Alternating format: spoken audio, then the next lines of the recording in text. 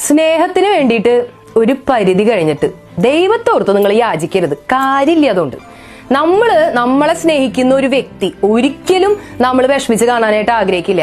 നമ്മളുടെ കണ്ണീരിന് അവര് കാരണക്കാരാണെങ്കിൽ അവർക്ക് വേണ്ടി വീണ്ടും വീണ്ടും കരഞ്ഞിട്ട് എന്താണ് കാര്യം?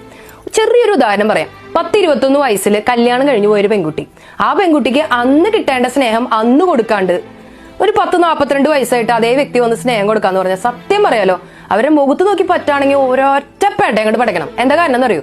വിശന്നിരിക്കുമ്പോഴാണ് അയാൾക്ക് ആഹാരത്തിന്റെ ആവശ്യം, അല്ലാണ്ട് വയറ് നിറഞ്ഞിരിക്കുന്ന സമയത്തല്ല ഈ ആഹാരം ആരും കൊണ്ടു കൊടുക്കേണ്ടത്. അപ്പൊ ഈ സ്നേഹം എന്ന് പറയുന്നത് ഭക്ഷണം പോലെ തന്നെയാണ്. ഉചിതമായ സമയത്ത് ആവശ്യമായ അളവിൽ ആവശ്യമായ വ്യക്തി കൊടുത്തില്ലെങ്കിൽ പിന്നെ അയാളുടെ അടുത്തേക്ക് തിരിഞ്ഞു നോക്കാൻ പോകാൻ പാടില്ല.